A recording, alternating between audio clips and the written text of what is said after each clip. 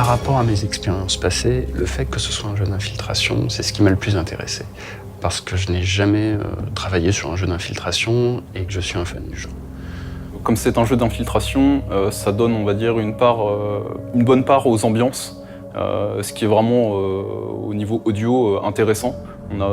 C'est peut-être pas ce qui est le plus valorisé d'habitude.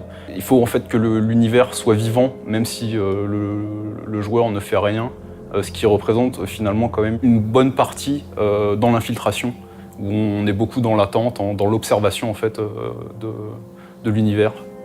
Donc, au niveau du son, on a dû adapter certaines mécaniques pour bien travailler l'immersion, à savoir pour la musique, qu'elle soit dynamique par rapport aux actions du personnage, et pour les bruitages, on a dû travailler une subjectivité du son de manière à ce que le joueur puisse savoir quand il fait du bruit ou pas, car c'est partie intégrante du gameplay en fait. J'ai essentiellement produit en fait des sons pour le jeu.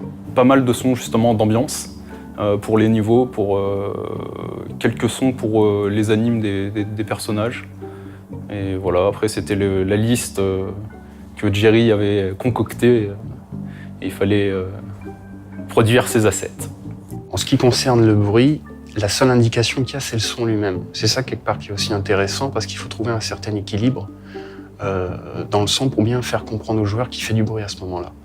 Il y a un indicateur sur le personnage en lui-même pour la lumière, quand il est soit dans l'ombre et qu'il est à ce moment-là très discret, soit à la lumière.